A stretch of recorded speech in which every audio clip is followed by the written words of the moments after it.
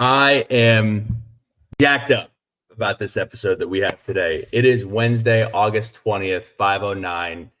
For those of you that don't follow on social media, I'm also back to working 9 to 5. So if you have noticed, the tweets have the volume of the tweeting has definitely gone down, and the tiredness has fallen over me after 5 o'clock. But can't be tired for this one. I'm actually going to pass the intro over to my guy Pete, because I know Pete's. We're both fired up, but Pete's a longtime listener here. Absolutely fired up for this episode. Our guest, Ty Hildenbrandt, has been the co-host of The Solid Verbal now for well over a decade. And in fact, he just told us it's since 2008. So it goes back a long way with his partner, Dan Rubenstein. You guys have done just about everything in the space. You know everyone. You've had everyone on your show. You just did the Home and Home with Josh Pate, one of the leaders in college football media right now. So that was really cool. And you've had just about every sponsor. Shout out to Sherry's Berries and other such things. But you are no doubt the OGs of college football podcasting, and I'm honored to be here. I know Bill's honored to be here. So Ty Hildenbrandt, welcome to the show. Thank you, gentlemen. Go Hokies. I'm thrilled. Yes, sir. Let's go Hokies. Let's roll. Right. So we start every podcast with a Hokie haiku, and this one comes from our guy, Pete McGee. It's pretty amazing how long this bit has gone on. We kind of introduced it in 2019, and unbelievably so, people still write haikus. Pete McGee, the Verballerhood, best national coverage, and now Suns and tie. So pretty good. That's great. Thank you. Well done. Well done there. Good place to start. I know you're going to run through a little bit of the history, Pete, but I did want to say what I've really appreciated. I think it was Josh Pate and the Bussin' with the Boys were talking about this, where in previous media spaces, everybody was so competitive. And if one person is doing well, everybody else isn't doing well. And I really appreciate how many awesome folks who have large platforms, small platforms, whatever, are so quick and easy to, one, support, and two, give advice. And I know he's not here, but you two both have gotten these reviews from others in the space. But when Pat and I got started in 2019, I looked up every college football podcast I could find. And at the time, hand up, I hadn't listened to Solid Verbal. You had a very good SEO on Google, and it popped up. And I was able to find an email, and I wrote in just asking for some advice, introducing ourselves. And Dan wrote back with a bunch of encouraging words, equipment suggestions, segment suggestions, how you all have found success. And I really, really appreciate that. And it's been cool to be a part of a community that it kind of uplifts everybody else.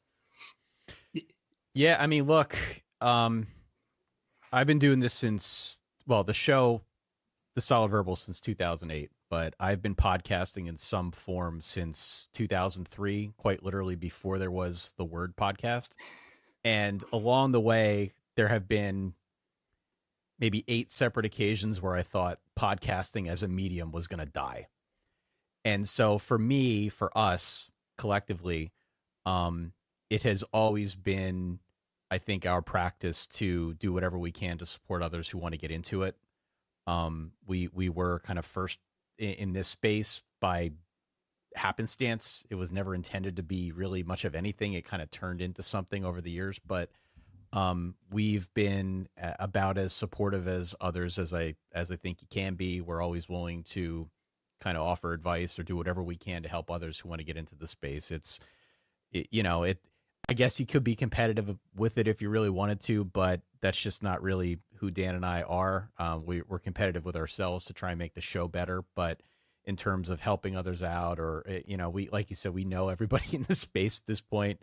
We've been doing this for so long, so it's exciting for us, not just to see where it's gone, but I think to help others out and promote, at least to the extent that we can, new people who are smart and care a lot about college football and want to get into the space. Do you guys ever have a podcast where, like, when the episode drops, you want to listen to it like right away? You're like, can't wait for this show to drop their show. For me, that was Solid Verbal back before there were any other podcasts. 2013, I lived in this tiny, tiny apartment in DC, and I think it was coming out on Tuesday night or Wednesdays at the time. And as soon as it dropped, like, I had to listen to it. And part of the reason was I joined a football pick'em, which I'm still in to this day. And I needed advice on picks. I was new to gambling, and not many shows. First of all, there were basically no college football shows. And two, there were definitely not many college football people at all talking about spreads in the public because it was taboo at the time. Now everything's legal, but you had to be offshore or in a pick'em to enjoy making picks. And you guys would pick the games. And I would listen every week and all this stuff. And I remember when I really got hooked, we were playing Ohio State in 2014. We're going to the shoe. It's the second game of the year. And for whatever reason, we had some down years, but I thought we had a chance against Ohio State. I really thought we had a chance. And Dan was more skeptical, but you, Ty, were in our camp. You're like, I would be careful with the Hokies this week. They could do something in the shoe. And lo and behold, we go and win that game. Ohio State goes on to win the Natty, but we won that game, and you warmed your way into my heart that day by picking the Hokies. And so, yeah, from that point on, I was inspired to do this one day. And about a year and a half later, me and my buddy started a Hokies podcast. And so I'll give some of that credit to you guys because, hey, you were the originals. You're the only people around at the time. And since then, I mean, geez, podcasting blew up. And in 2019, when Bill started his show, I mean, I think there were 15 Hokies podcasts that started that year, but Billy's still here. Not all of them are. So right. we work together now. So it's awesome. And I've gotten to talk to Spencer Hall. I've gotten to talk to Ryan Nanny. I've gotten to talk to Roger Sherman, all people that, part of SB Nation and all that kind of thing when you guys were making your come up. And now I get to talk to you. So this is really cool, but we can put that all to the side because we do need to talk about some Hokies here, right, Billy? And real quick before we do that, because there's no easy, sneaky way to do this, I am just going to switch our spots. There we go. Sounds all right, good. So No pressure. I'm front stage. Yeah, center right in the middle there. Great. Dan nicknamed the ACC the All Costco Conference. That's All Costco Conference : quality and bulk. I'm not so sure about the quality and bulk part, but yes, it is the All Costco Conference. You both had Clemson number one as in your picks for the winners of the ACC, but you had a surprising pick at number two. You had Pitt, and you're very high on Pitt. Are you feeling all right? Give us some of your reasoning behind picking Pitt number two. Yeah, I've gotten some interesting questions from people on that one. And I did another interview, I don't know, maybe about 2 weeks ago. And the host in earnest was like, "Are you serious about my cousin Vinny thing? Like, you were serious about that?" I am serious about it. It will certainly come back to bite me. But I look at Pitt. I really liked Eli Holstein last year. Before he got hurt, before things kind of came off the swivel for Pitt, it wasn't a great close to the season, mind you. I get all that. But it felt to me like he was starting to click a little bit. He was starting to mesh with this offense, this new offense that Pitt put in place last season. The combination of him with Desmond Reed, the running back, to me, coming into this new year with, I think, a pretty advantageous schedule. All of those things, to me, seem to add up to what could be a surprise run to the ACC title game. Now, this is not me saying Pitt's going 12-0. They're not going 11-1. I don't even think they're going 10-2. But I think the ACC, at least from where I'm at, the ACC sets up where there are a bunch of teams cannibalizing each other, a bunch of teams with 3-4 losses, maybe Clemson rising above that pack, but a pretty healthy grouping of teams beneath Clemson that could legitimately have a shot to get into that title game. And, who knows, if all things go well, find their way into the playoff. Pitt, for me, was the one that for whatever reason, I was gravitated towards Pitt. Pat Narduzzi at least has recent history with putting a good defense out there, has somewhat recent history with building a pretty good defensive line and a pass rush, though that was lacking the last couple years. So for whatever reason, yeah, I may have been drinking, granted, when I put all this together, but Pitt was the team that I came out thinking I think they could legitimately have a shot to get to that ACC title game. And I don't think they're beating Clemson, but at least playing for it would definitely be a huge story in college football. And they have that advantage of playing one of the other contenders at home in the final week of the season, correct? In Miami. That's right. We've never seen Miami choke in a position like that, have never. we? Not once. A team that's yet to win an ACC title, despite being in for 20 years now. What else are you watching in the ACC? Is there any storylines that are kind of grabbing your attention as we're about a week away from week 1. I'm interested in the quarterback play in the ACC. I mean, I think quarterback play as a whole across college football is going to be a pretty big story because there are a lot of new names. But outside of Clemson, right, which clearly has one of the better quarterbacks in the conference, if not the entirety of college football, and Cade Klubnik, Eli Holstein, who I just mentioned. Clearly, you've got Carson Beck at Miami. Took a while for me to mention him. I get that, but Carson Beck at Miami is a veteran. He's been there. He's done that. Haynes King, we like at Georgia Tech. Kevin Jennings at SMU is a lot of fun. Kyron Drones, provided Kyron Drones can stay healthy at Virginia Tech. He's another name that I think is interesting. CJ Bailey. Like, I could go down the list. I'm not just going to list these guys off for you, but outside of maybe like that grouping of, let's say, 8 quarterbacks that are known quantities, there are a bunch of others that I think make it really interesting. Like Miller Moss is going to be the quarterback at Louisville this season. Well, will he have more success at Louisville than he did at USC? This is a big shrug. I don't know. Thomas Castellanos, Steve Angeli, Gio Lopez, Dylan Lonergan. Like, there is just such an interesting collection of quarterbacks in this conference. And I think that only adds to what you mentioned earlier, the quality and bulk thing that Dan's gone with now for a few years running. We can look at these teams on paper, but there frankly are a lot of quarterbacks, new quarterbacks in this league that could pop and could elevate their teams to a level that we just don't see coming at this. Like Cal is another one. Cal of all schools, right? A bit of desperation in Berkeley. Justin Wilcox probably coaching for his job. They had mass exodus in terms of the transfer portal, not the least of which was Jade Knott, who left pretty late in the game. They lost every running back, right?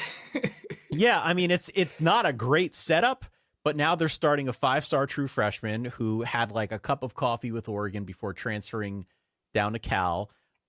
Cal is one of those schools that if they get really good quarterback play and if Justin Wilcox can hold up his end of the bargain on defense, perhaps they're poised for a bit of a jump that we don't see coming. So there's a lot here that I think I'm super interested in from the quarterback standpoint alone that, among other things, makes the ACC just super interesting to follow.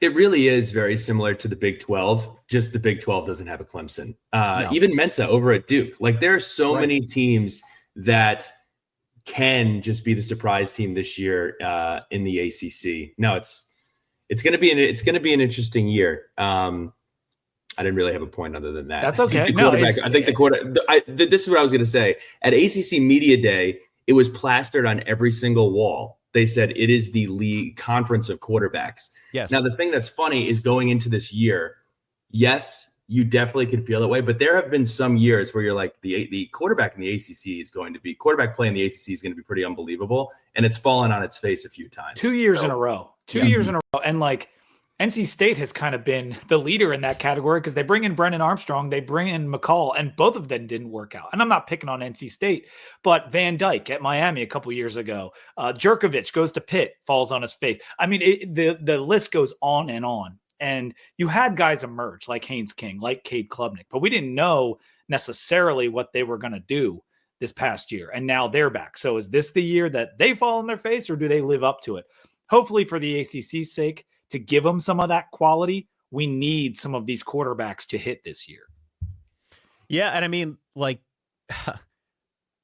there are going to be plenty of options. Let's put it that way. And you mentioned the show we did with Josh. I mean, Josh Pate, he's pretty high on Georgia Tech because of Haynes King and because of everything they've got coming back. I mean, Haynes King is probably one of like the more underrated quarterbacks, not just in the ACC but around college football.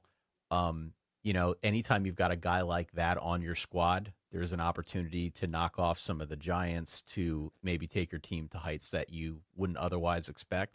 I still believe in Kyron Drones. I still think the best of Kyron Drones is very exciting. I still generally feel like Virginia Tech is in a good spot, maybe a better spot than they were a year ago, kind of flying beneath the radar.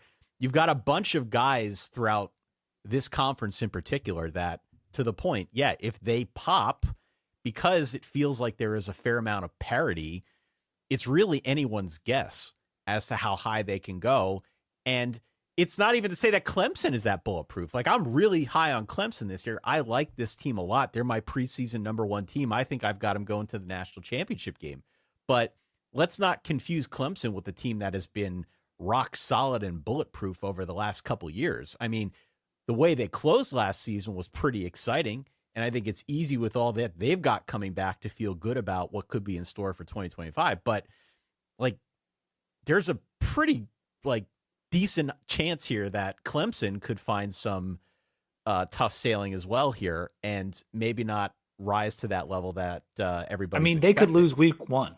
They could lose week one to LSU. Exactly. They've got a game to close out the year against South Carolina. So it's like nobody in this conference truly. I keep saying the word bulletproof, but I mean it. Nobody is bulletproof in the ACC, and that's part of the appeal. You mentioned VT flying under the radar, and I tend to agree. Do you think that's a good thing considering our history, or does it just kind of mean we're irrelevant at this point? I think it's a great thing. I think it's an absolutely great thing this season. I mean, first off, and maybe this is just because I'm always afraid of my teams getting jinxed, but I would almost always rather fly under the radar than be like, I'm a Penn State grad, right? I'm terrified right now that everybody has so much steam on Penn State.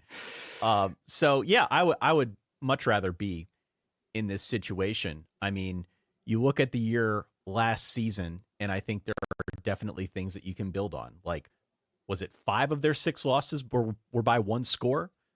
I mean, 5 were by we could look at it that way. Yeah. I mean, six were by 10 points or less. All 6 in the regular season. So it's like, and then there was like a controversial Hail Mary loss. Like they've if you look at what they did last season, and granted, they got to stay healthier, they got to be more consistent. Like, all that stuff, I think, goes without saying, especially on a Virginia Tech show. But like, they weren't that far off from having a truly special season. And you want to build upon that, and maybe we could talk about why I like Tech this year and why I think they can build upon that this year. But like, I would always rather be in that position where they're flying a little bit under the radar, where some of the contributors, you kind of have a good sense for what they can offer. And if things break correctly, they're another one of these teams that could be right there. And there's something in college football to the idea that your luck, your turnovers, all these things revert back. And so if we lose 5 one-score games, 0-5 in one season, can we go 5-0 the next season in one-score games? Can we go 3-2? You know, even that would be a step in the right direction. And you know, we had this conversation when it came to previous season, because Virginia Tech's not the only school in college football that has had this issue with close losses, right? There are some other schools, like Missouri is a really good example of a school that won like all of their one-score games, maybe save for one. And so you have this question of like, well, why is that? Why does that happen? In some cases, it's consistency. In some cases, it's a team that is just undisciplined and shoots itself in the foot. In some cases, they're tired. It's a strength and conditioning thing. Like, there's a whole host of reasons as to why that occurs. What I'm always trying to figure out is this a thing that's actually fixable, or is this like a culture thing that is a little bit below the surface, and you could train until you're blue in the face? But like Cincinnati, maybe I'm kind of getting my schools mixed up, but I think Cincinnati is one where I asked this question, where they were kind of there with a lot of these teams. But is this a culture thing, or is this a personnel player development thing? And I'm so glad that you didn't say luck, because some people would have capped that off with luck. I'm a firm believer that it's very rare that the situation or the reason for something like that is luck. I mean, luck certainly has a role to play. In my view, it plays a little bit more of a role when it comes to things like turnovers, which you just alluded to. But eventually, if you see enough of these one-score losses or these close losses at the end of games, and if it seems that a team is consistently inconsistent in those types of situations, I don't think that's luck either. I think it points to maybe something below the surface that needs to be resolved. And whether Tech can do that now, I mean, obviously that's a pretty operative question going into the year, but the question is like, is it in the walls, right? Right, exactly. And by doing what Pride did this offseason, going out, hiring a bunch of coaches, you're hoping that changes. One of those coaches was Sam Seifkis, which on hearing the hire initially, it was like, wait, who did we just hire? He used to coach at Wofford, NFL position coach. Seemed kind of like a funny hire, like out of nowhere hire. And it took us a while to make that hire. We were waiting and waiting and waiting in the offseason for who it was going to be. But what is your take on bringing him in? I know you did a little bit of research on this. I like him.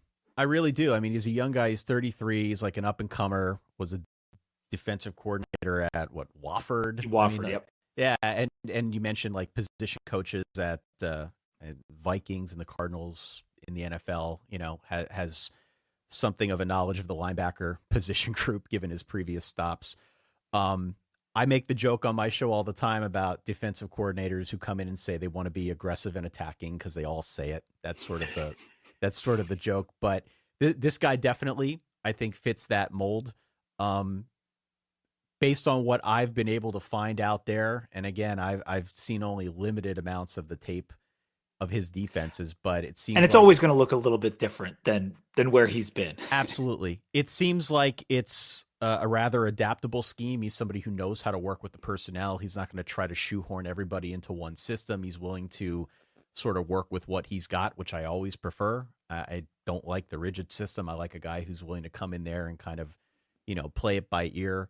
3-man fronts, likes to do a little bit of what Ohio State did last year with 3-man in the back, like the Caleb Downs linebacker hybrid, high safety look, that type of thing.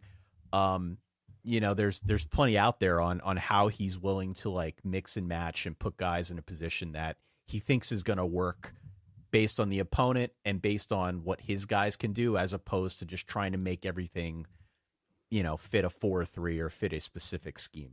I like that. I've always liked that.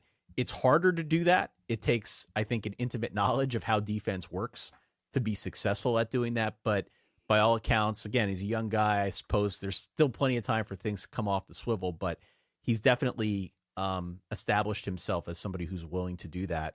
And I think that's exciting. And I think it's especially exciting given that Brent Pry is a defensive mind in and of himself. He was really good at Penn State. I know him well from his time at Penn State.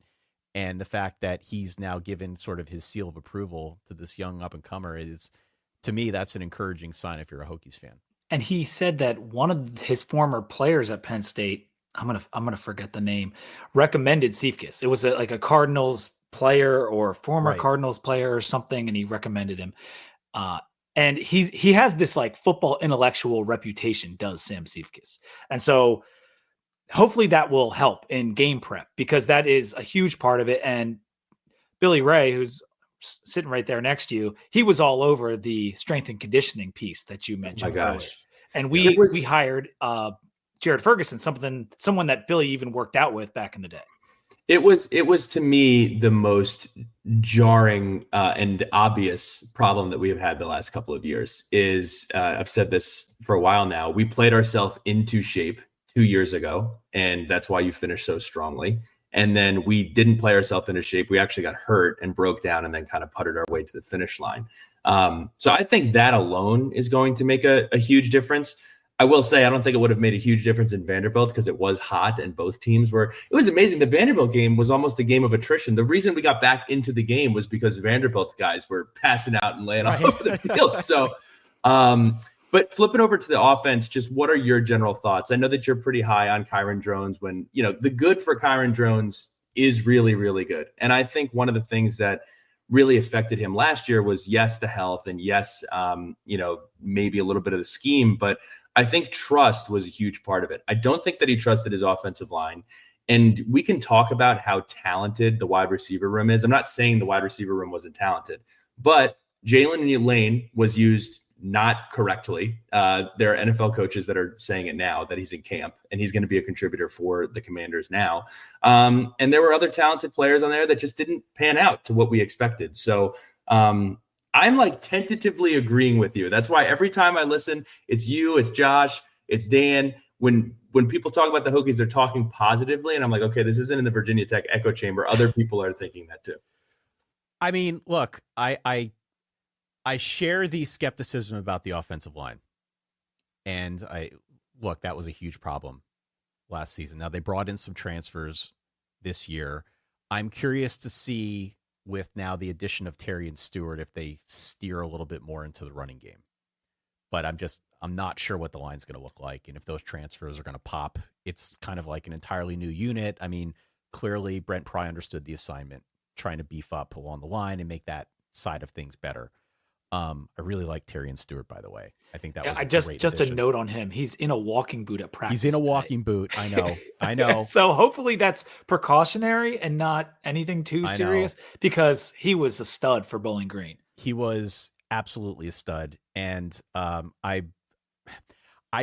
yes, I saw the reports there. I'm going to just sort of close my eyes and wish it away because I really want to see what he can do in this setup. But, the big theme, I think, for Virginia Tech last season was inconsistency on offense and across many levels. Like one stat that I called out when we did our preview was that Virginia Tech went 3 and out 1 out of every 3 possessions.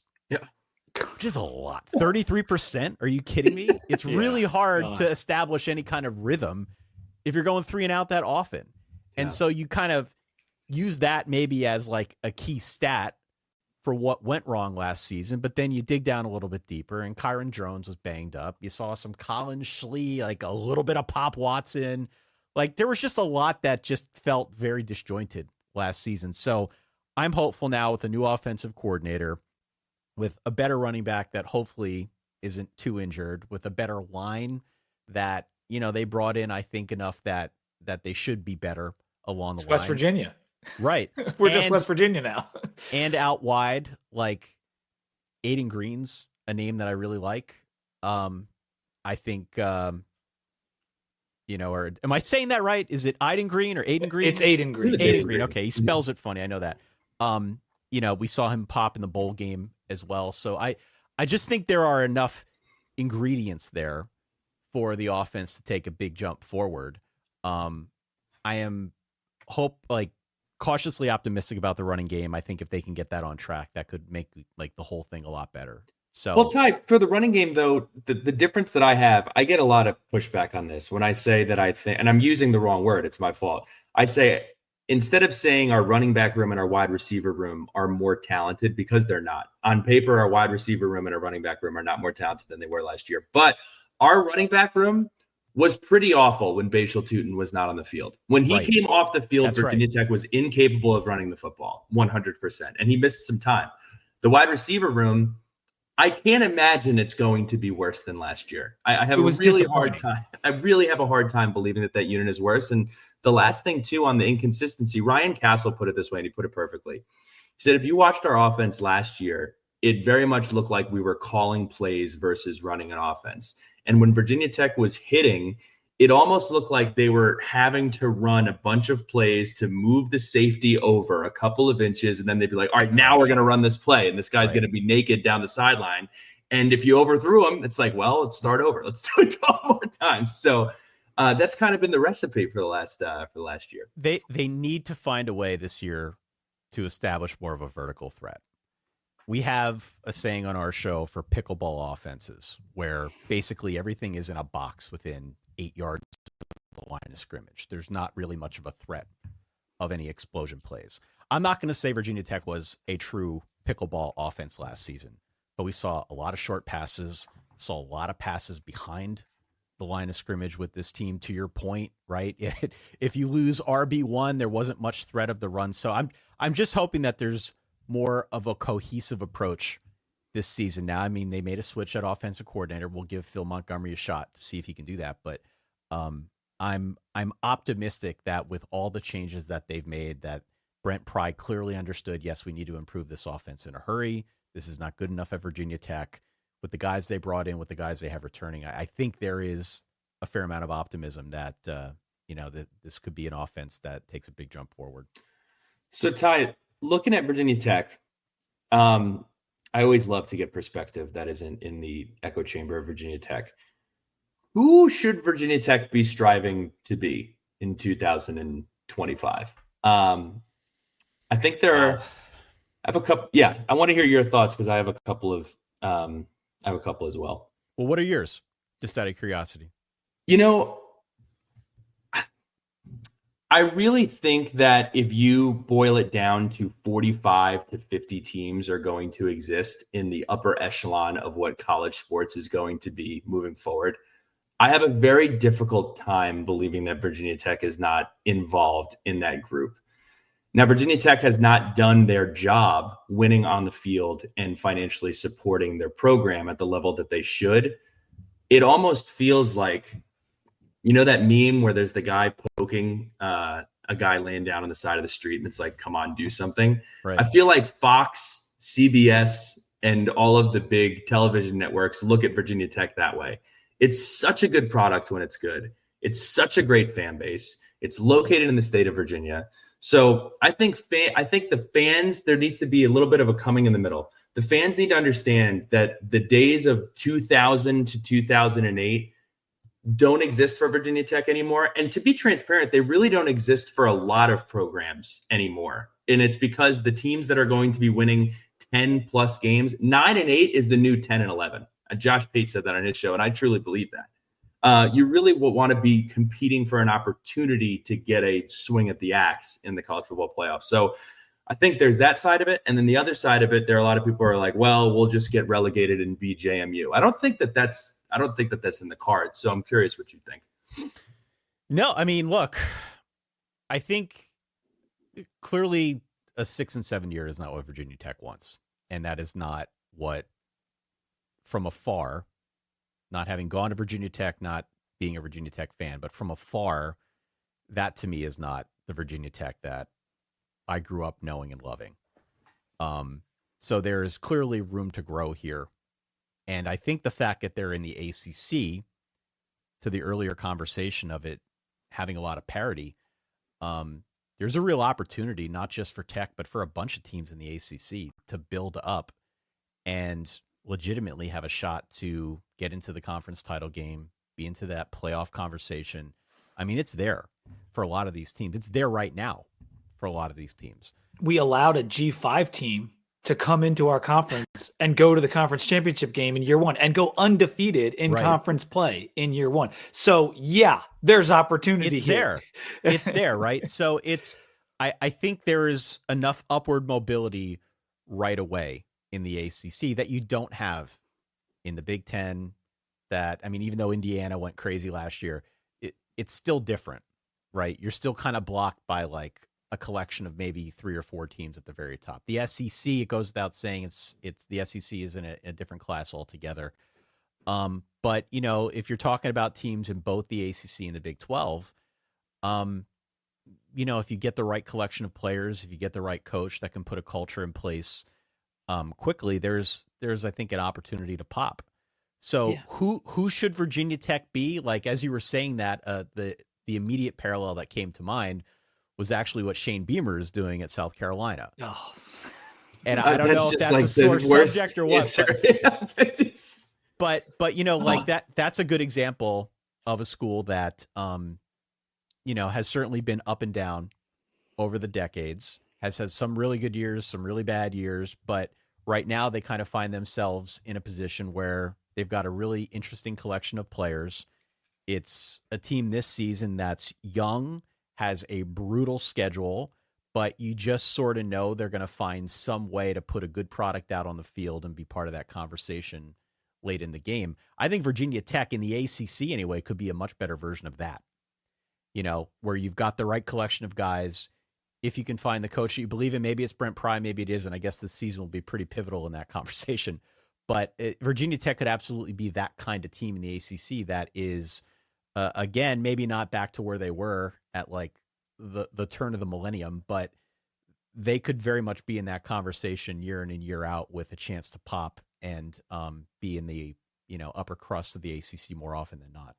An unbelievable pull by you. And I think the biggest thing that for me is not to go Friday Night Lights here, but the fan base has so much mojo and the team has not had mojo for so long. And that is kind of what hurts the most is, you know, the stands are packed, looks great on television, and people are so excited for a product that hasn't lived up to expectations for a while. So That is definitely the soundbite of the episode, though. Go ahead, Pete. I was just gonna say, like, in terms of what we should be, like, teams like Utah and Iowa State come to mind. I was thinking Utah. Yep. Because one, Utah has the great home field advantage, which in theory we should have, and they're a developmental program. They're not even in fertile recruiting grounds necessarily, and they put it together and put it together and put it together.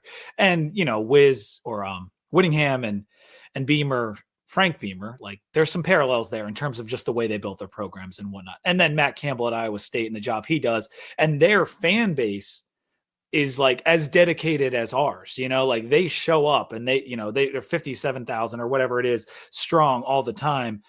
And they've had a better product than us since Campbell's been there. But here's the caveat. Here's the caveat to that. And I don't think you're wrong. I mean, there are no wrong answers in this game, right? But like, what's Utah won? A couple Pac-12, right? Titles. But like, I'm the Virginia Tech that I grew up watching and loving. Again, not necessarily as a fan, but just from afar. Virginia Tech was in the national conversation more often than not. Sports different. Okay, maybe they don't get back to that point, but the Utah that I think we have come to know over the last 10 years, regardless of whether they're winning a conference, the theme for Utah has been, hey, they've got all the parts. They can't figure out a way to put this together.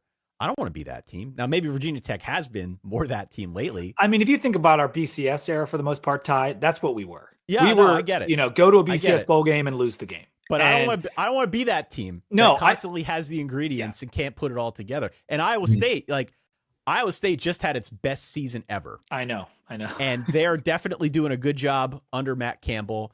But, it's TBD on how high they can go with that program. Like, he might be tapped out with what we saw last season. We're going to find out in a few days now. We're recording this before week 0. They've been horrible in September. Pretty continuously. Horrible in September. You're right. And you know what?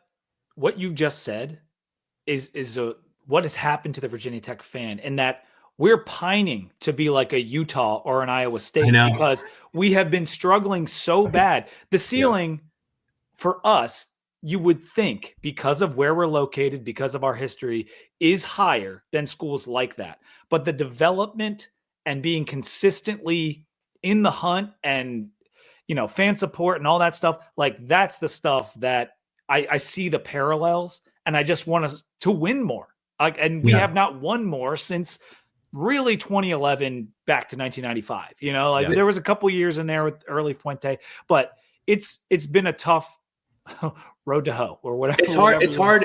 I don't mean to turn this into therapy, but it's the last 3 years we have the same record as Cal.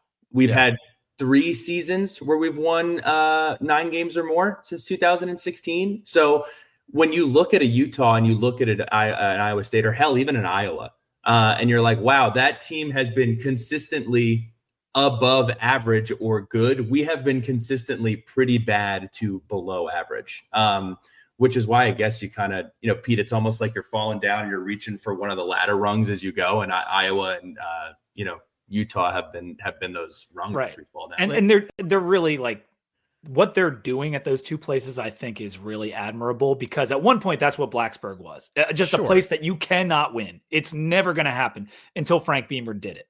And that's what Matt Campbell's done at Iowa State.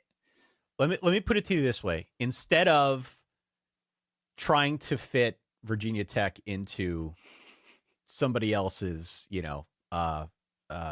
theme or vibe or whatever, I think Virginia Tech absolutely, provided they can get player development on track, and provided they can become a little bit more consistent, and provided, maybe the transfer portal is kind to them. It's kind of kind and unkind to everybody at the same time. But I think Virginia Tech, given this setup in the ACC, absolutely has a ton of upward mobility, absolutely can pop, absolutely be part of this conversation, not just in the conference, but nationally, provided some of those things hit. I don't think they're that far off, because I think given the conference that they're in, and given the setup that they have right now with just so much parity in this thing, the ACC is practically screaming for another team to jump up and find its way into the conference conversation, into the national conversation. we thought maybe it'd be Miami. It ended up being SMU. Like, again, like, where did they come from? Like you said, they were a G5 school a hot minute ago. It's absolutely there for Virginia Tech. They just got to find some way to put these pieces together. So maybe they can get there before long. You know, maybe it won't be like a 5 It could be 10 days now. I mean, think about what's in front of us. And we'll talk more about the South Carolina game maybe at the end of our next segment. But like, that is where you can just change the narrative. Your pinned tweet, isn't it, Pete? It's your pinned tweet. It is my pinned tweet currently. Like, beat Shane and change everything, because that is really what's at stake. Like, we can either be the same Virginia Tech we've always been, lose to every Power 5 school we play at a conference, or we can go to Atlanta, we can beat Shane, and everything could be different. But we'll get to that in just a second. Bill, you have a segment you wanted to get to, right? Yeah, it bummed me out, but I understand it. You recently handed over week naming rights to Dan. But what we decided to do was we came up with some names for our schedule and wanted to bounce them off of you and then see if you had any words for them. Now, I do want to just ahead of doing this exercise, some of them are a little dark. Like, and I hadn't sat through Thai therapy yet. I mean, you got me fired. I wish we played tomorrow after you just gave that pep talk. But we'll run down, and I guess, Pete, we'll alternate who goes first, and then Ty, sure. Like, you have one. Feel free to weigh in. But August 31st, South Carolina in Atlanta. I hate the neutral site situation. We were talking about this in the show last night. It's preposterous. This isn't at one of the two awesome venues that it could have been. Yeah. And I kind of copped out. I just went with Beamer Bowl. I don't think there's anything else to call it. I think Sam Jesse put this out. I don't know and I'm not even saying this like make myself feel better about the game. Shane was on the staff when I was at Virginia Tech. I like Shane. It's been great to see him be successful. I don't know of a coach who week one is under more pressure, not because he needs to win a certain amount of games, but because of the moment that he is walking into week one. This is such a crazy spot for him. You couldn't dream to be in the position that Shane is in with a potential Heisman contender on your team. You're a top 15 team. You're playing against your dad's alma mater. And it's just so crazy that he's in that position. I can't think of another coach week one that hasn't had 15 bad years in a row is on the hot seat is walking into a situation like that. So I would label it as, because it's a Sunday game and it's sort of the under the radar game, because I think Notre Dame, Miami is going to get top billing, but Virginia Tech against South Carolina is like a huge game. I would call it Sunday, Muddy Sunday. And the reason I say that is because South Carolina has, in earnest, two players that you can count on. They've got Lenora Sellers. They've got Dylan Stewart. They've got plenty of other guys who are very, very good. And I think South Carolina will be fine this year. But there are just a lot of other names that we're just sort of like waiting to see what happens. They lost a lot on defense, just kind of waiting around to see who pops. And so I think going into that game, this is not to say Virginia Tech's going to win, but I do think they can muddy that game up and keep it close the full way through and maybe rely on a key play, a turnover. Kyron Drones finds some way to like scramble out of the pocket, get a key first down. Like, I think there are ways in that game where you can make it ugly and keep it close and maybe give yourself a shot. Maybe some Beamer Ball. The original maybe some Beamer ball. Yeah, there you go. Get a block kick or something. My one, I went with the S alliteration that Dan always does. Salvation Sunday, because this game could be Virginia Tech's program's salvation if we can pull off this victory. So that was mine for that one. I like that. All right. Up next is Vandy. Night game in Lane Stadium. Pavia, someone we badly want revenge against. I labeled this one. It's not my favorite one. Super Senior Saturday. So many S's because of Diego Pavia getting that extra year. We happen to play Vanderbilt the 2 years. They're not a dumpster fire like this millennium. So that is unfortunate. I know they were good under Franklin. But man, last year was so tough. We've got to get revenge on these guys, and I'm hoping we put Pavia into the turf, but Super Senior Saturday night. I could go with that. I think that works. Diego Pavia was like talking up a playoff for Vandy. I don't know if you guys caught that. He wants a natty. Yeah, he said he wanted the national championship. So for as much as I appreciate that confidence and that like sort of winner's mentality, I'm going to take a rain check on Vandy making the playoff, making the natty, and I think this is like Virginia Tech can win this game. Okay, Virginia Tech's at home at night. They can win this game. They should win this game. I will be pulling for them to win this game. So I went with a song for this one, and it's by Tom Petty, and it's two different angles. It's "You Don't Know How It Feels" week, and on one side, you don't know how it feels to be Diego Pavia. Like, he walks around with nads that we've never seen before. I have a hard time. Like, he's almost so full of himself that I have to like him. Like, he reminds me a lot of the Ole Miss quarterback. Was it Brian? Was it Brian? Chad? Swag Kelly. Yeah, Chad Kelly Swag at Kelly, Ole Miss. But almost if you turned it up, like, he's a more version of that. He also reminds me of Marshall Henderson, who played basketball at Ole Miss. At Ole Miss. Yeah. And then the other thing is, Ty, nobody knows how it feels to be winless against Power 4 non-conference opponents since 2017. There is nothing more painful than that statistic. And that's a tough one. It's so tough because every time we've had a chance to beat it, you're like, oh, we got Purdue. We're going to end it with Purdue. It's ending. Rutgers. Here we go. We got it now. Rutgers at home. Rutgers at home. Vanderbilt on the road. I just can't believe that is an actual statistic that exists. To me, that statistic is worse than any other one. It might be worse than the no national championship one right now. It's so embarrassing when you look at the teams that we have lost to that are Power 4 non-conference opponents. This is why I want to be Iowa State. Right. I believe Vanderbilt might have South Carolina on deck after they do. That they Virginia do. Tech We're doing a round robin.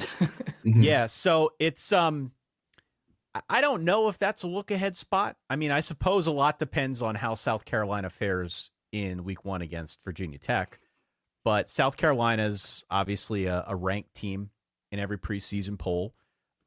This is going to be one that I think Vanderbilt probably has circled early. And, you hate to write off a night game at Lane Stadium as any kind of look-ahead spot, but there's a pretty good chance that Diego Pavia, for all his swag, is looking forward to the game the following week on the road in Williams-Brice and maybe overlooking Virginia Tech, who will start the year unranked. And so maybe there's, I mean, Diego Pavia is a big game guy. He's a big game hunter. Say what you want about him, but he's a big game hunter. And there's a pretty good chance he's looking ahead to that South Carolina game and maybe not putting his full attention on Virginia Tech, which is very much a thing that happens every week in college football, whether the bettors agree with me or not. That happens. We know it happens. And, maybe this is a prime opportunity for Tech to get some revenge. I hope that's what's going to happen. But you were saying a look ahead game. I just have this visual of Diego Pavia standing on the 50-yard line. And like the Cam Newton meme where he's like watching the other team come out, that will be Diego Pavia during Enter Sam. He's going to come out of the locker room early. He's going to stare directly into everybody's eyes as they're running through the tunnel. That is what I see. And then take a leak on midfield. Oh, yeah. Hopefully he doesn't score 6 touchdowns that day. You are right about him, though. He is sort of like that crazy dude in the fight that if he's on your team, you love him and you will give him shelter and all the clothes on your back, the money in your wallet. He's Marcus Smart. Yeah. But if he's on somebody else's team, it's like, F that guy. Yeah. We don't want to have to 100%. Yeah. 100%. I'm not Bill, very proud of I was this. laughing at your next one. I was laughing at this one. This one's just kind of how I'm looking at this game. Like, everybody's, hey, you go to this game, you go to that game. And then there's the Old Dominion game. It's like, man, this Old Dominion game, it's a night game at Lane Stadium. It's against Old Dominion. And if you do remember, the last time we played Old Dominion at night was literally the only positive memory from that entire season. That was in 2022. So I have this named as, if we're 2-0, I'll go. That's pretty much it. I try to get down to LSU when I can. I try to check out new stadiums when I can. If Virginia Tech finds a way to be 2-0, I will definitely go. If they're 1-1, you're gonna have to twist my arm. If we're 0-2, there's just no way I'm going to this. I had it as set yourself free Saturday because we are no longer playing in Norfolk anymore. It is done. We got rid of the away games. We're only playing in Lane Stadium, and we're undefeated against ODU in Lane Stadium. So we are setting ourselves free from what was just a debacle of a decision to play games down there in a 20,000 seat stadium. So that's where I'm at with the Old Dominion game. And you don't have to give us one for every, if you have any reaction to this. No, well, fine, isn't this a matchup between Brent Pry and Ricky Ronnie? Yep. It is indeed. Two former Penn Staters. So maybe there's an angle there to pursue, but I'm with you. 2-0 we go. Yeah. Next up is Wofford. And I think I have this as second string Saturday. This is the Seif Kiss of Death game. That's so good. Yeah, Better than mine too. That's so good. I had ticket giveaway Saturday. I volunteer my services to Virginia Tech to parade around town handing out tickets. The one thing that I'm very scared about, Ty, and again, I'm not trying to be negative. I'm just saying that there is a world where it plays out this way. If you lose those first two games, there's going to be about 30,000 people at this football game. Right. That's just reality. We saw this. I think the last time we played Wofford, Pete, there wasn't 30,000 people, but there was probably the least amount of people we've had in that stadium if you exclude the Marshall pickup game that we had when the students went home. Yeah. So that is the only thing that's kind of scaring me there. So we'll see. NC State at NC State on September 27th. I just have the Spider-Man meme, the two Spider-Mans pointing at each other. Yeah. We have this internal joke, Ty. In every statistical category, financial category, rankings, NC State and Virginia Tech are both like holding hands walking down the street together. They've been doing this for 10, 15 years. It's usually a good matchup when we play each other. So it's kind of bizarre that these two teams are very similar and their fan base is very similar. It's just weird. And the vibe is the same too, isn't it? Mm-hmm.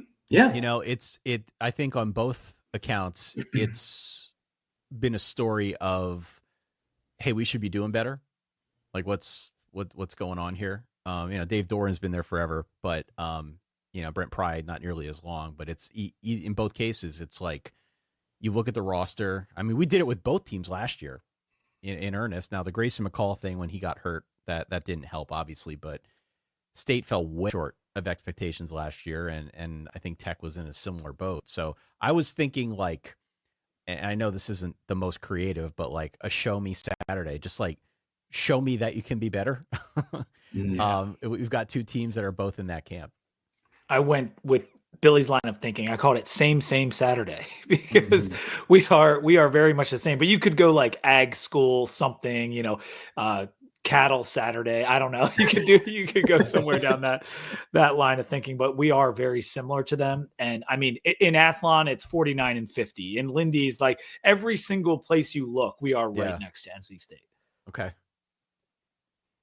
You're up, Pete. You get the first one. Next up is a game against Wake Forest, a game that is homecoming. I'm going down, and I called it Simmer Down Saturday because this is one of those ones where I want to take in a nice, easy watch. I know that Wake Forest is not a given, but it's as close as Tech's going to get to a given and against a power team this year. So just want to relax, simmer down, watch the game. Hopefully it's a victory. I think it's orange effect too, Bill. So simmer down Saturday for Wake Forest. I couldn't disagree more. I don't think you want to simmer down. I think you want to stay awake or stay alert because I'm looking at the schedule. Yes. I'm looking at the schedule right now at NC State. All right, that's a road game. Road games in college football are never a given, and I think NC State will be better. Wake Forest kind of sandwiched in the middle. It could be a sandwich Saturday too, by the way. But Wake Forest sandwiched in the middle right now, like a lot new. Kind of don't know what to expect. They might start Robbie Ashford at quarterback. Never a good thing, but good vibes. They like Jake Dickert. He's definitely made an impression on people pretty early. And the following week, you're on the road at Georgia Tech. Yeah. Georgia Tech. You're saying this Georgia Tech is circled red alert kind of thing. Yeah. This is like stay alert, stay awake. Don't have a letdown loss at home against Wake Forest. Good call. I went with a different direction here, and it's almost like this is a really good spot to if you just kind of asked yourself what you did on game day, you will know how the season is going. And that's why I'm going with, what time did you get to your seat Saturday? Because there are two things that are going to happen. A lot of people are going to go to town for this football game. Now, you will either get brownie points with your significant other for hanging out at the tailgate, enjoying some, wine or cheese or burgers or beer, and not prioritizing wine the and football cheese. game. This is not You know what I mean? I Come don't know on. why I went with that. But you're either prioritizing the tailgate, you're parading around the tailgate because you don't really care about the football game. Because Virginia Tech, you just know it's one of those seasons. Or you're saying, hey, I'm here for homecoming, but I'm going to be in the stadium 15 minutes like I always am before kickoff, because we're actually on the cusp of playing meaningful football in mid-October, which Virginia Tech has not done in quite some time. So that's my question for everybody. What time are you in your seat for this game? Because everyone's going to be there, but are you going to be there mentally for the football game? Are you going to be there for the parade? I don't know. Got to answer that question. So Georgia Tech, it's the battle of the bread. Oh, I'm sorry, Ty. Do you have something? No, it's Georgia Tech is squash the bug Saturday. You beat Tech. I mean, I'm looking at this schedule, right? It's two SEC opponents to lead things off. Mm-hmm. This would be the third conference matchup, and it'd be a big one because I think Georgia Tech's probably ranked at this point. Yep. And you go on the road, you knock off Tech before a bye week. Even if you've got a loss to South Carolina, and Tech's not favored week one against South Carolina, about a touchdown dog. Even if they lose that game, let's say they go on a little bit of a run, they win 5 straight. Suddenly you go on the road, you squash that bug down at Georgia Tech, you go into your bye week, you come out looking at the rest of your schedule, and there's a bunch of winnable games there. Yep. So, at that point, the ACC just as a whole, I think gets a little bit bigger in the window, and everybody starts sitting up in their seat a little bit, wondering about the second half of the season. So that's a pivotal game as I see it in Virginia Tech in their schedule here. What do you got? We'll be in Atlanta. That is a huge one. I'll say this. I went with Battle of the Brents, and I do just want to say this. If Brent Key and the quarterback, Haynes King, ran for president, I've said this on every time I come up with Georgia Tech, I would literally knock on doors for them to be president. I could not. I think they are both made of the perfect stuff that you want out of a coach and out of a quarterback. Could not be more of a fan.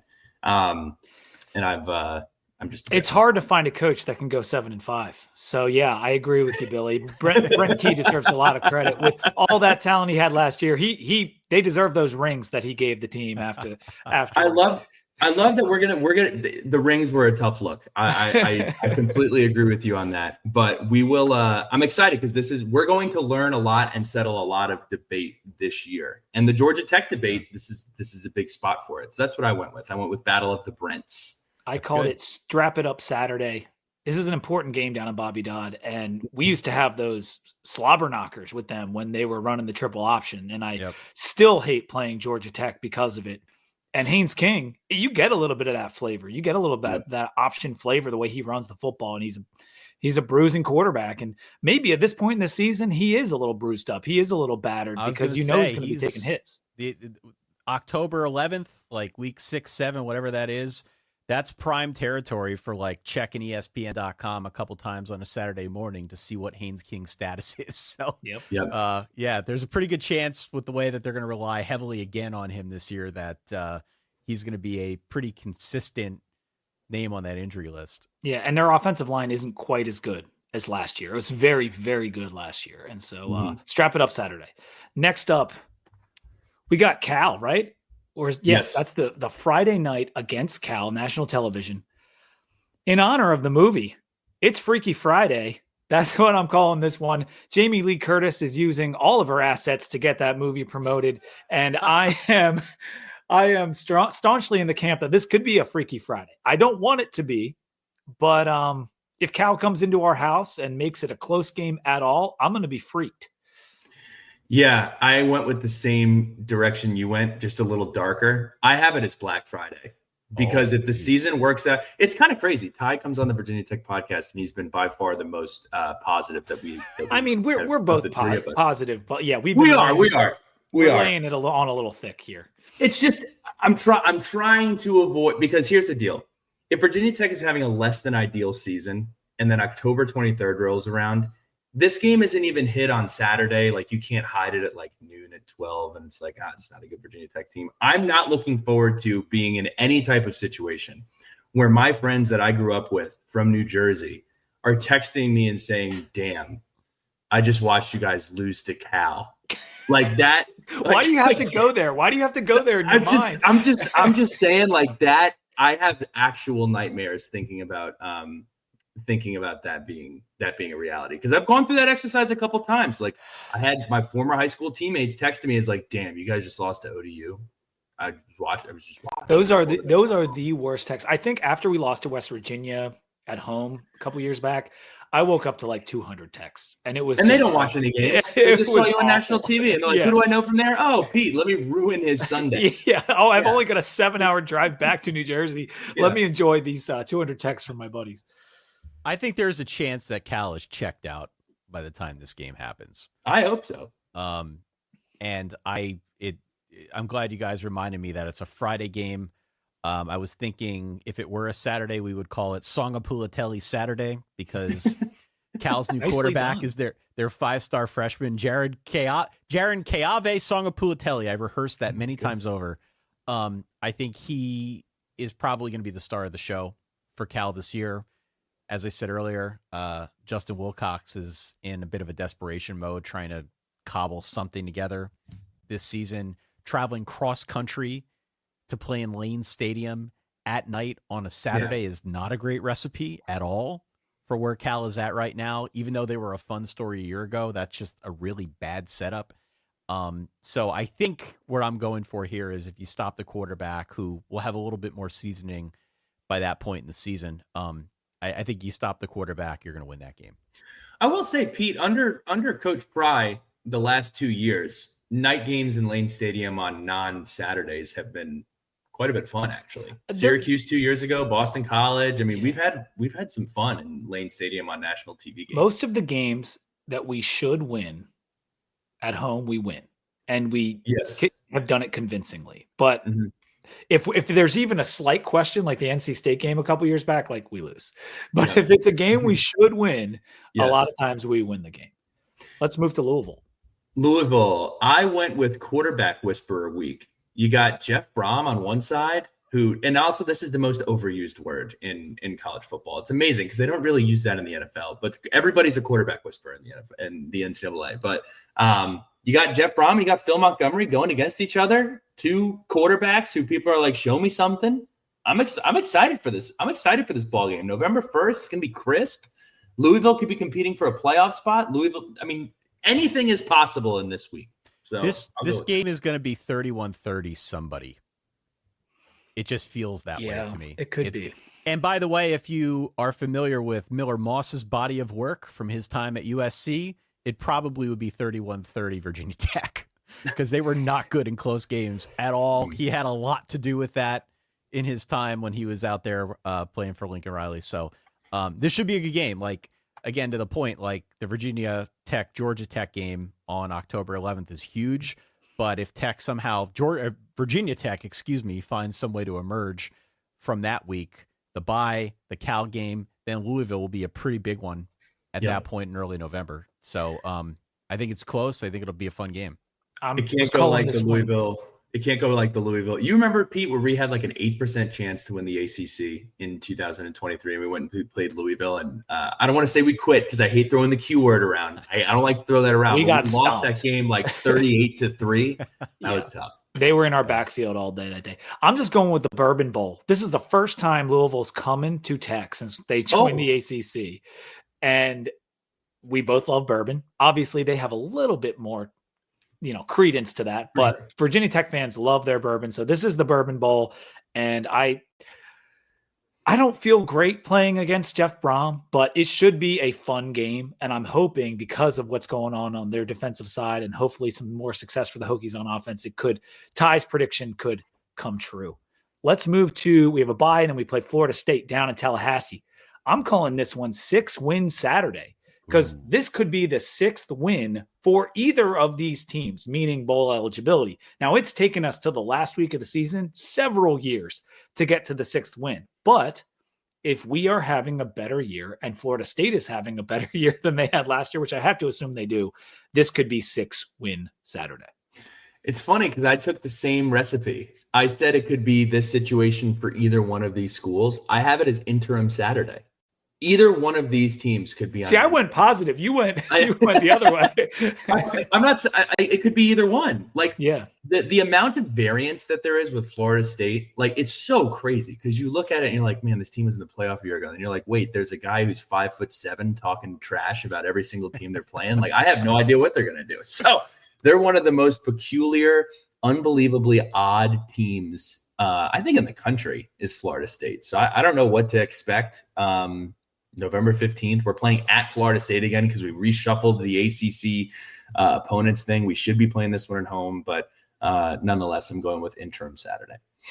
So along the same lines, sayonara Saturday. Oh, that's way better. Very good. Yeah. And I was thinking of this more from the perspective of Florida State than for Virginia Tech, because Florida State obviously opens with Alabama this year. They're going to be a heavy underdog. They're probably going to lose that game.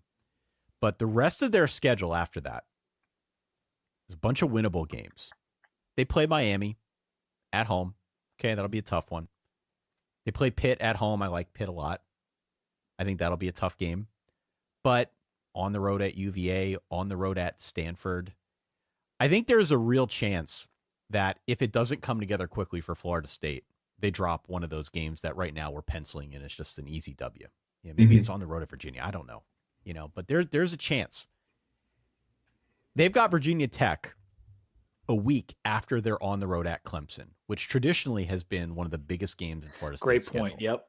All right, so there's a very obvious letdown spot there. But furthermore, if Mike Norvell is still around after having dropped, let's just say, a mindless game earlier in the season, and they end up getting smoked by Clemson, which is entirely possible, it could be an interim Saturday. It could be a sayonara Saturday. Either Norvell is still there and he's coaching for his job against Virginia Tech, or he has been relieved of command before the Virginia Tech game at all. So I'm sort of tracking with you a little bit there on there's some like coaching uncertainty that is a very real thing, and it's more real on the Florida State side because I think they've got a harder schedule than it is on the Virginia Tech side. I think you have to consider holding on to a little bit of ownership on the naming, because you've just come here with no notes and just you told Dan like you're not as good at it. You're crushing right now. He's still better than me. He's still better than me, but I've got a lot of practice, so I'm okay at it too. All right, Miami, November 22nd, the week before Thanksgiving. This is a rematch of what was a crazy, crazy ending. I couldn't sleep for hours after losing the Hail Mary. Let me stop you. This is a screw you Saturday. Good. Yes. This is screw you guys. Like that was a controversial ending a year ago. Miami was big time underachiever a year ago.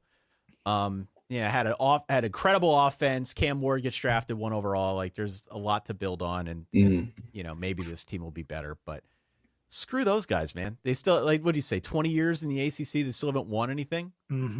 Like, screw them. Yes. And I had it as, I like Ty's more angry version, but I have Sweet Revenge Saturday is mine. Okay. I just had Why Not Us Saturday, which is kind of funny because I've been pretty negative throughout this entire exercise. I also think, what's so funny is if you go to the University of Miami, everybody's going to look at the last few games on your schedule and they're going to say, insert literally any team. It could be Florida Gulf Coast. You're like, they got a tough one, week 15. They got to go to wherever. But how many people are going to be saying for the next 2 weeks of Miami's schedule that they got a tough one coming up? They got to go to Pitt. They got a tough one coming up. They got to go to Virginia Tech. The end of that schedule is very scary for Mario Cristobal and this Miami team. It is every year, but this one particularly because it's going to be cold twice, and they got screwed with their schedule too. If I could peel back the curtain on our end a little bit, we do games every year. We have a Patreon. We do games every year, and we're always kind of in the market for new and creative games that we can come up with. And I was legit thinking this year about trying to play some sort of Miami themed game, and it wouldn't have broad enough appeal, and the Miami fans would be pissed off about it. But I legit thought about, like, you have one pick on Miami's schedule. Where will the letdown loss be? Ooh, where will the letdown loss be? You know, is it going to be at home against Syracuse the second week of November? Is it going to be, I mean, I think it's going to be on the road at Pitt to close things out because I'm like crazy on Pitt, but it could be on the road against Virginia Tech. Like, that probably wouldn't be as big of a letdown loss, but like, they're going to drop some game late that nobody thinks they should drop, because that, I unfortunately feel like, is who Miami has become. It's what they do. It's what they do. You can set your watch by it. So screw them. This one, so I hate calling it rivalry week because it just isn't. Ty, I actually want to get your opinion on this. I get a lot of crap for this. I did not grow up in Virginia, and I did not grow up I'm not a lifelong Virginia Tech fan. I always admired them growing up, and I learned to love them when I went to school there. Right. Personally, I hate Carolina and Miami way more than I hate Virginia. Now, a lot of people will come back at me and say, well, you know, there was this lady, Bobby Sue, who called me poor when I was in high school because my parents went to Virginia Tech and I went to Virginia. I get that. I'll never understand that, like, had a dynamic like that with high school looking back. But it pains me, and I think it is bad for Virginia Tech that our rival, who is supposed to help us push the bar and lift the bar up, has provided zero resistance for 20 years. The fact that Auburn makes Alabama better. Like, so many teams benefit from having a game at the end of the season where you are pushed to be better. And it is unfortunate that Virginia Tech has been in a position where you get to the end of the season, you can punch your ticket to bowl eligibility. I think it is a net negative that Virginia has been so bad. I guess just where I'm going at is, do you view this as a rivalry right now? Like, I view Virginia Tech and West Virginia as a bigger rival. I view Miami and Virginia Tech as a bigger rival. I mean, it's a rivalry because there's a trophy. So, that's it. And that may be the extent of it at this point. I keep waiting for UVA to get better. I thought maybe Tony Elliott would be the guy. I'm not so sure about that anymore. But, I guess there's like two ways to look at it, right? Like, in theory, Virginia Tech and Virginia are competing for the same talent. And so, again, in theory, having one of those schools be an absolute doormat and the other, Virginia Tech, I mean, may have underachieved, but they're not that. That benefits Virginia Tech, in the recruiting game to some extent. So I guess on that level, yeah, you're fine with them being what they are. I think, it's part of them not being good. I'm more on the side of I love the rivalry because of they're like the antithesis of what we are. Yes. That's not really true, but it is.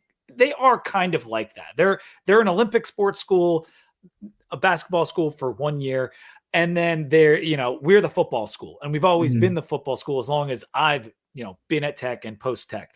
So yes, in that respect, I love the rivalry. And there's a lot of third generation Hokies that hate UVA with every fiber of their being. So I want to speak for them. And I do think it's a rivalry. It's just the fact, Bill, like you said, they just haven't been good enough at any point, really, other than a few years under Bronco Mendenhall. And that was their shot. If Bronco quit on them, but if Bronco had stayed there, that was their shot to actually be legitimate. Yeah, I mean, they won that game when he was there, when UVA had their good season. They went to the Orange Bowl in 2019. They haven't done anything since at all.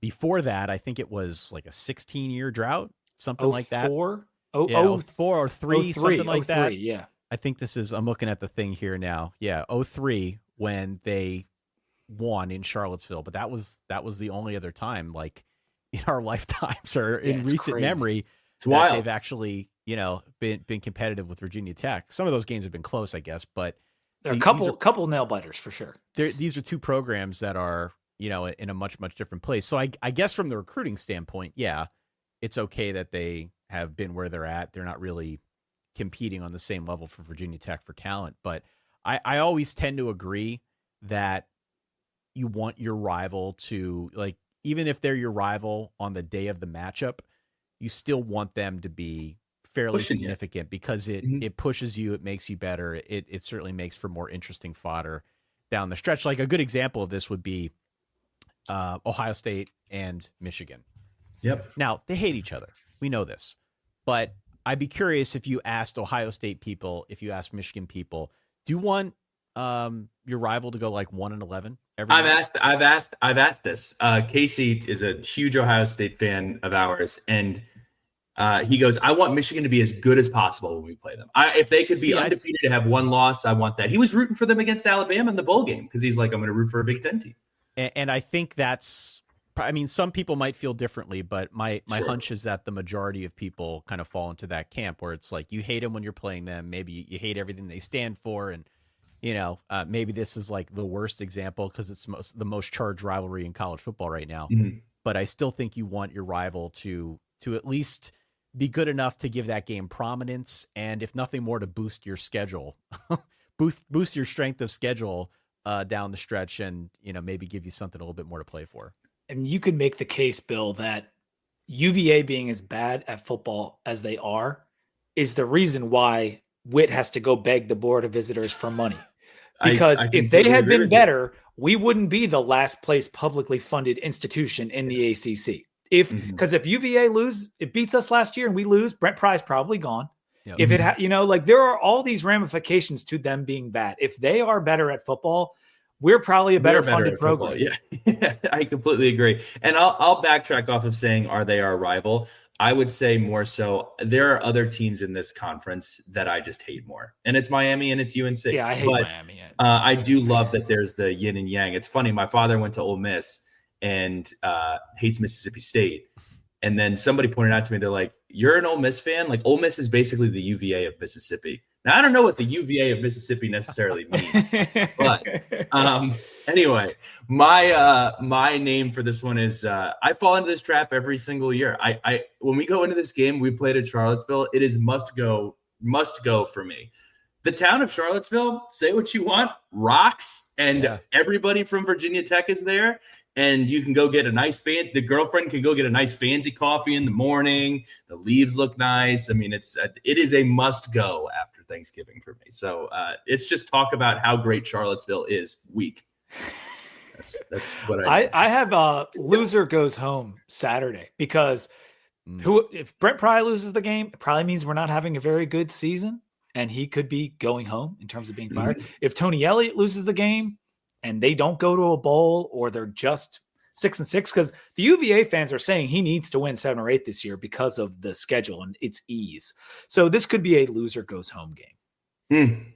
Yeah, I don't know if I'm kind of going out with a whimper here. I don't know if I have a good name for this, but it was a tough one. I thought. You know why? Because these games, just aside from one of them, that's part of the problem, right? Scale. Yeah, that's part of the problem. No, I tend to agree with everything you guys have said. I mean, it's sort of well established at this point that Virginia Tech needs to get better, needs to get more consistent, needs to win games like this. I mean, they've won these games recently, so that's not really anything new. But on the UVA side, I mean, their over under is 6.5.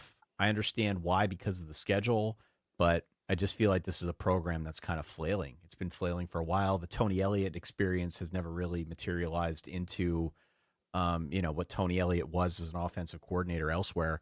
And I'm just not really sure I see the path through for him, for UVA at all this season. I'm not really buying it. So there's a pretty good chance that, this is like maybe this is Swan Song Saturday for Tony Elliott. Yes, very similar idea. And that's a great alliteration there. I was thinking of maybe for Tech, stay the course Saturday, because this is what we do, right? We go up to UVA, we go up to Lane Stadium North, we serve up a loss and just stay the course, do what you always do. And storm the field, which is still preposterous to talk about. Storm the field Saturday? That's honestly what you could call. Ty, isn't that, do you know of any program? I'm serious. Like this plays into why it's like so embarrassing. Do you know of another program who has on multiple occasions ran onto their opponent's field. This didn't happen once. This has happened Opponent's field. Yeah, we've done it in 2 or 3 Charlottesville times. 2 times. Yes. 3 times. Yeah. Game ends and people pour onto the field. It's so fun. I'm sure there are other examples, but none that come to mind. All right. Well, we've held tie here for a long time, so let's do the whole what we got left as rapid fire here, Bill. Okay. Cool. You go. Just a couple podcasting things on your end because of what you and Dan have done over the years. You've had so many great shticks, as I'll call them, or bits. Yako's Dog of the Week, secretly decent pit. Talk to your kids about an undefeated Iowa. One of my personal favorites. That was so funny. Crock potting, right? So have you had a bit over the years or shtick that is your favorite that you always come back to and you're like, man, that was good? The talking to your kids about Iowa one was probably my personal favorite. I think I came up with that one, and like most of the bits that we have on the show, it's frankly not knowing what else to say in a moment, and you just kind of spit out the first thing that's on your mind. That was never planned, that bit. Some of them are, but that one certainly wasn't. And what I found is that if you find something that you like, just like a joke that you find funny, because the audience tends to reflect you as a host. If you find a bit that you think is funny and you just keep saying it, eventually it will stick. It'll be funny. And that was a really good example of one that stuck far beyond anything I ever thought possible, because it went on College Game Day. They did like a whole thing on College Game Day. I remember like a guy made a video of it, and it was so funny. Yeah, they asked us about. So that was one. The other one was Nick Foles in a losing effort. Oh yeah. Nick Foles in a losing effort, where we had a sound from like the old Apple Garage Band that we would play anytime Nick Foles would throw for 500 yards and they would lose at Arizona. That one single-handedly was our ticket back in 2011 onto the then Grantland Network podcast led by Bill Simmons. They found that so funny that I think that's why they invited us on. So that one to me has a special place in my heart as well. It had like that, like womp womp womp, like dun, sound dun, at the end. Dun, dun, dun. Yeah, I have it somewhere. I could have played it if I. Yeah, that's so funny. Did you ever like think that maybe this is too goofy, we shouldn't do this bit, it's just like a little too silly? Or have you always been of the opinion you should just lean into that kind of stuff? That happened earlier today, actually. It happens whenever you've got a co-host like mine, Dan Rubenstein. You find yourself in a lot of situations like that. And I think it works for us because I'm sort of like the host trying to keep it on the tracks. He's always the host trying to pull it off the tracks. And so that tension seems to work for us against all odds. You're the straight man. We have, and I mean, I'm really not, but I'm more of a straight man, I guess, than he is. Compared to Dan, I guess. Comparatively. Yeah, so we have, like, this happens all the time, like 4 times a week, where there is something that comes up. Either we're talking about it on the show and it just kind of plays out, or we're talking about it separately, just messaging back and forth about something. We have generally steered into most of those bits, and it served us pretty well. So in general, yeah, nothing's like too silly. We test out most of it. They don't all work, but even the ones that we think are really goofy, we'll at least give them a little bit of run to see what happens. Go ahead, Bill. So, 2-pronged here. We both do something that's super fun, right? Like, talking about college sports inherently is quite a bit of fun. Number one, what is the most painful or annoying thing about doing that? And number two, has your love for the sport waned at all these past 4 years? Because this past offseason, the combination of your team not being good, which is where we have sat, and the NIL and everything else is it's a pretty big shit sandwich, Ty. And we were eating it all off season. So I'm curious how you felt about it. Well, I mean, my love for the sport has not waned, but I've been doing this since 2008. And I would say that my love for the sport has changed, or my appreciation for the sport has changed. And for better or worse, I tend to look at college football through the lens of oh, people will find this interesting.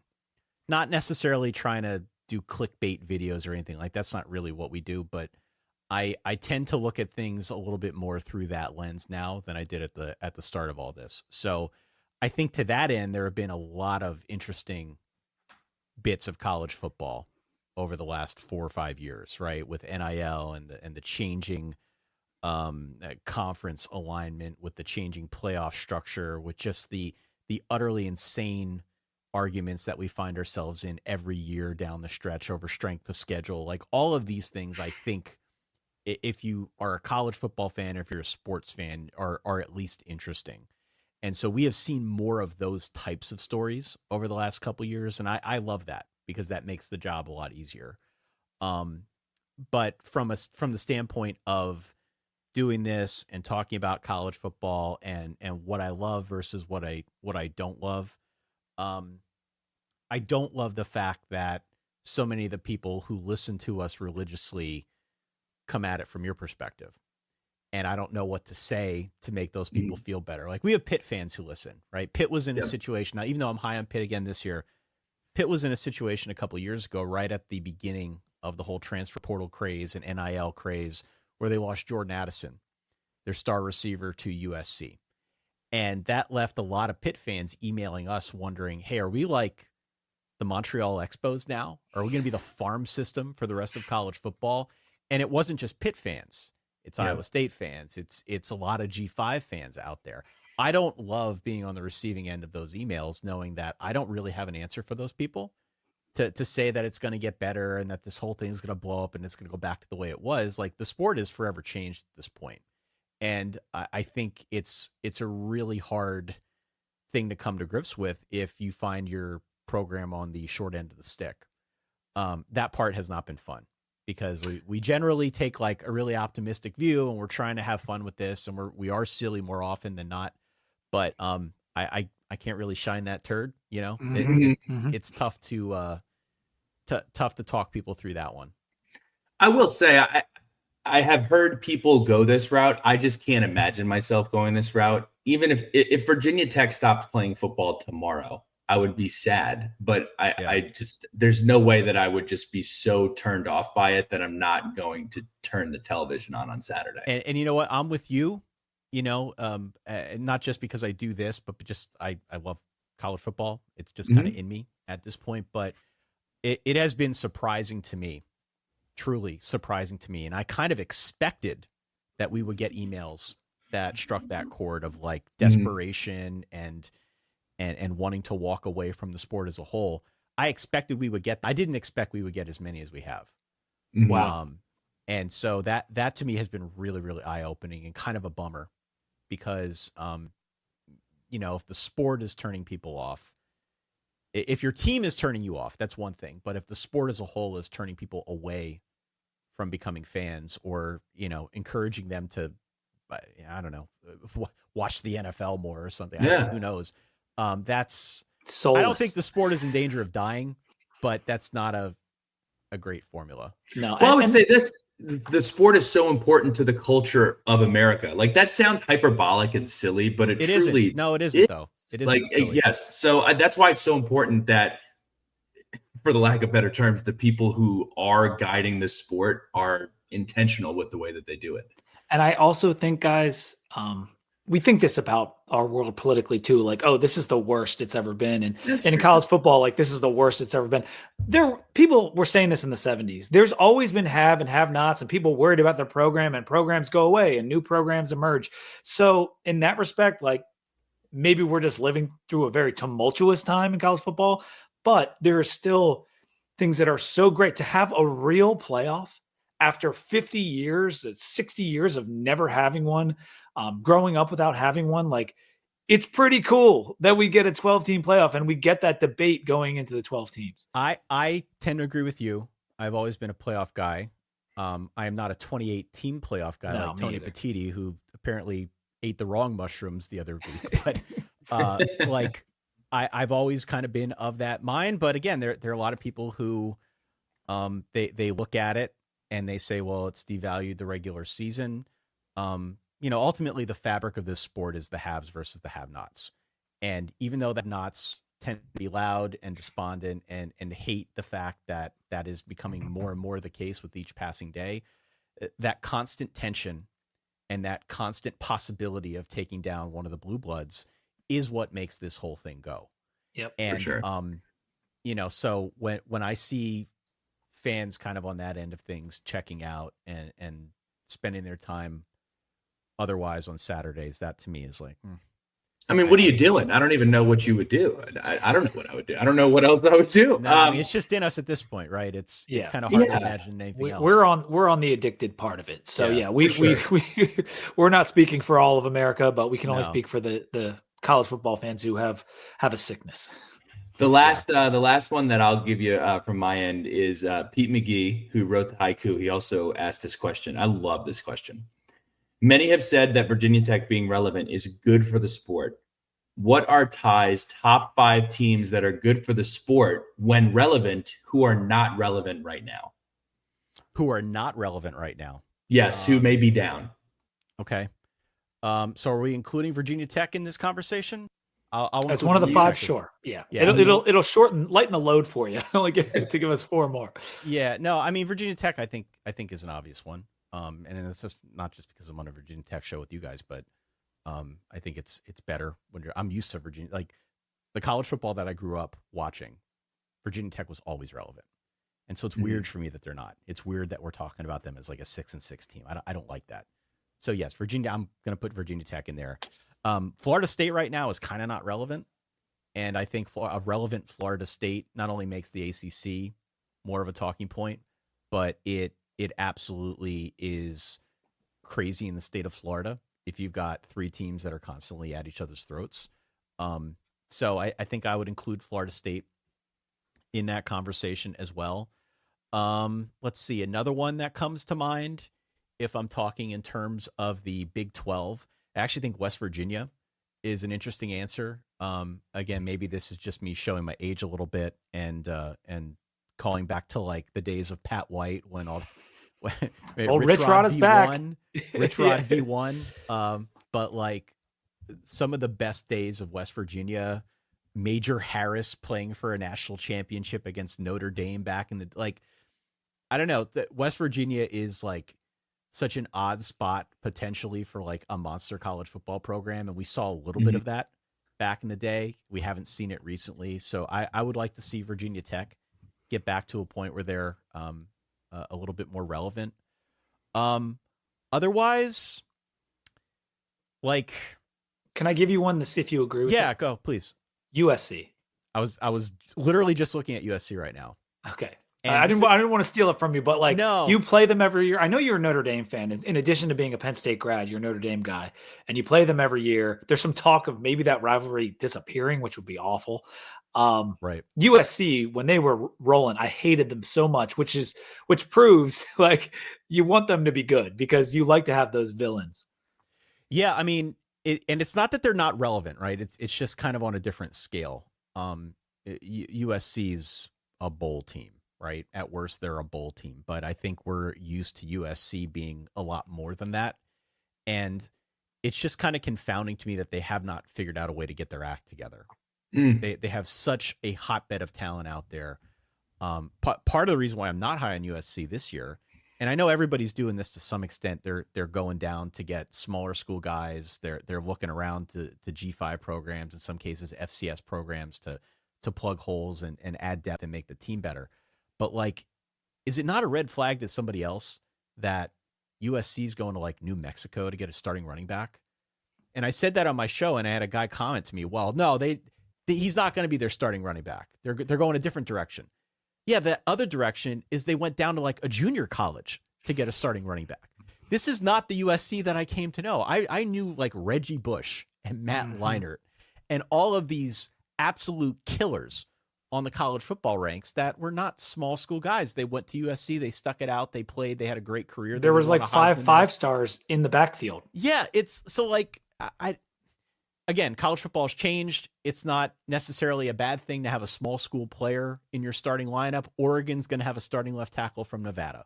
But like, that is not the USC that I came to know back in the day. And so for me, USC's probably a good answer. I got two Big Ten teams for you. Yeah, go ahead. I'm trying to think of others.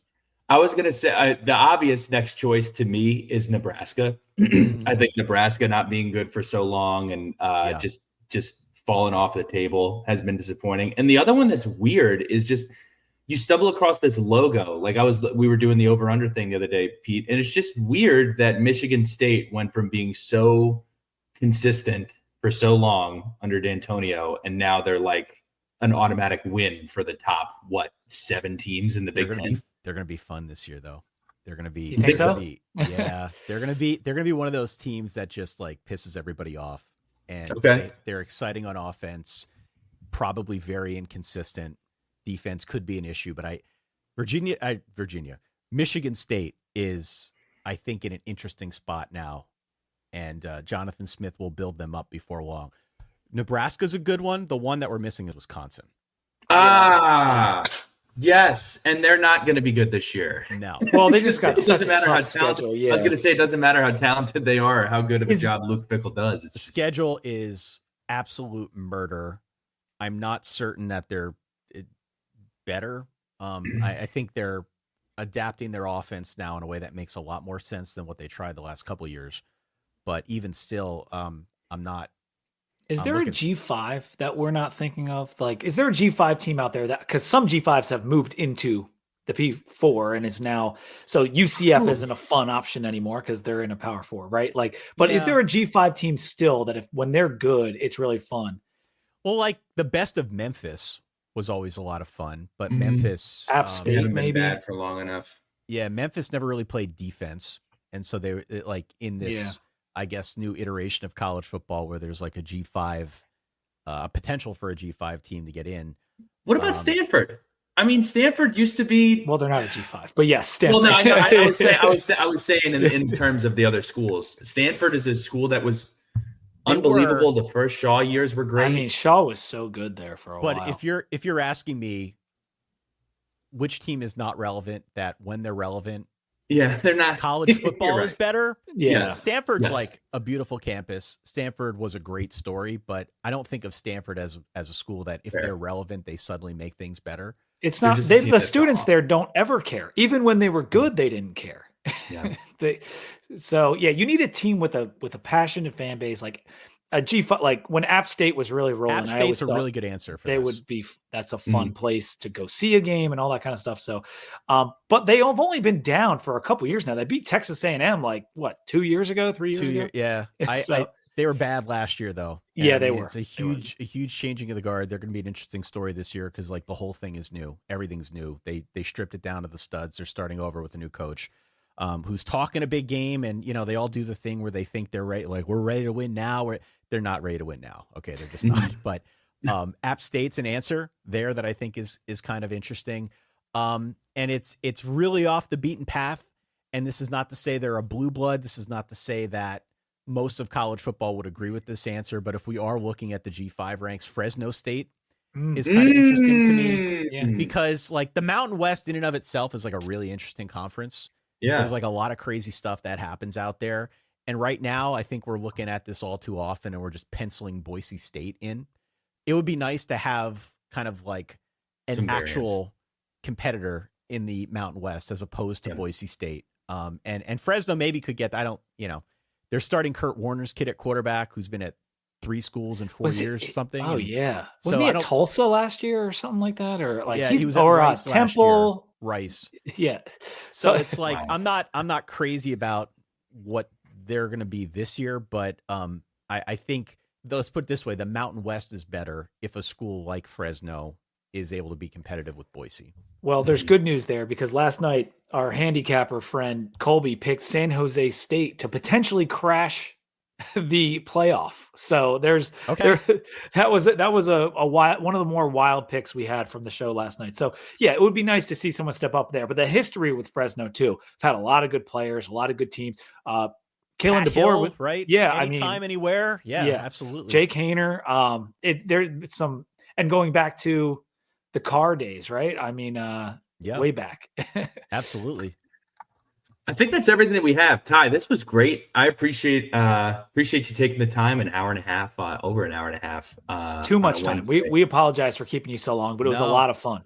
Look, I'm big fans of what you guys do. I think you guys do it right. You. I follow you on like all the platforms, and on more than one occasion, I have sent your stuff to my co-host Dan, and I have said we got to do more of what these guys do, because you seem like you are so plugged in with not just the Virginia Tech community, but with your specific fan base.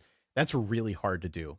And especially now when like everybody wants to start a podcast, or everybody already has a podcast, people don't realize how hard that is to do, to actually build up an audience that cares about and tracks with the things that you're saying. And furthermore, like where you've got hosts that are that plugged in with what's going on in the community. So I give you guys a ton of credit for what you've built here. And when the invite came through, I was like, I will drop what I'm doing to make sure that I do this, because I really respect what you guys have built here. So thank you so much for the invite. Ty, I greatly appreciate it. Greatly appreciate it. We got to get you up to Blacksburg sometime. And I am wishing you all the luck in the world. I usually like to root against Penn State.